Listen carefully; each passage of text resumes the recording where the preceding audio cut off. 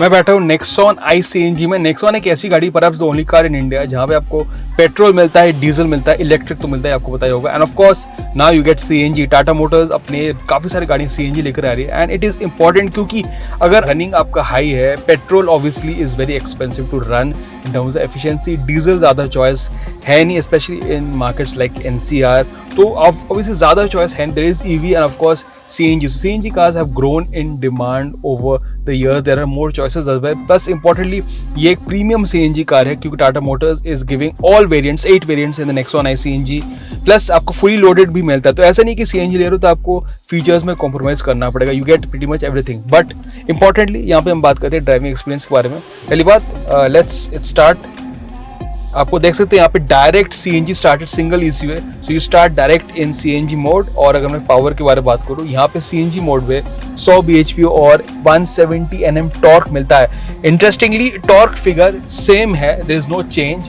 Power around 20 bhp is less, and of course you get a standard manual. I think an AMT is coming soon. Obviously people would have liked an automatic option as well. Anyways, let's talk about the driving experience. पहली बात, चलाने में there is hardly any difference when compared to Nexon with a petrol. Starting में there is slight lag, थोड़ा सा आपको वो महसूस होता है, but when you are driving there is hardly any change in power.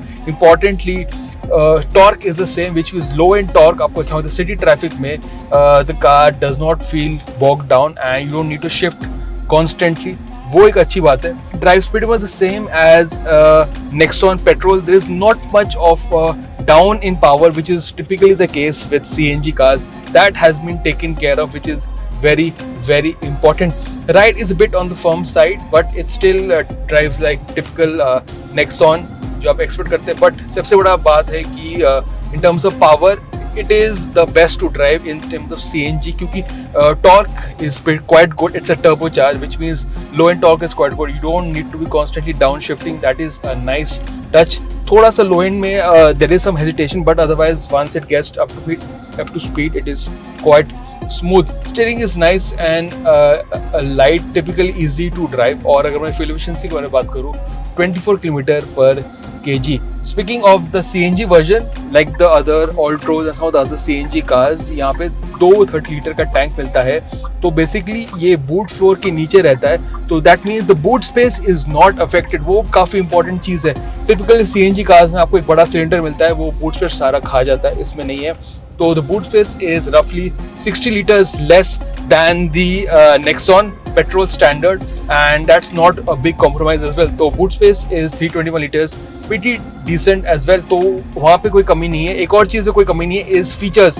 मैं चला रहा हूँ top end variant, 360 degree camera है, कूल्ड सीट्स आपको मिलता है, 10.25 इंच स्क्रीन आपको मिलता है, plus it is the first Nexon to get a panoramic sunroof। जी हाँ, वॉइस असिस्टेड पैनोरामिक सनरूफ मिलता है, तो फीचर लोडेड है।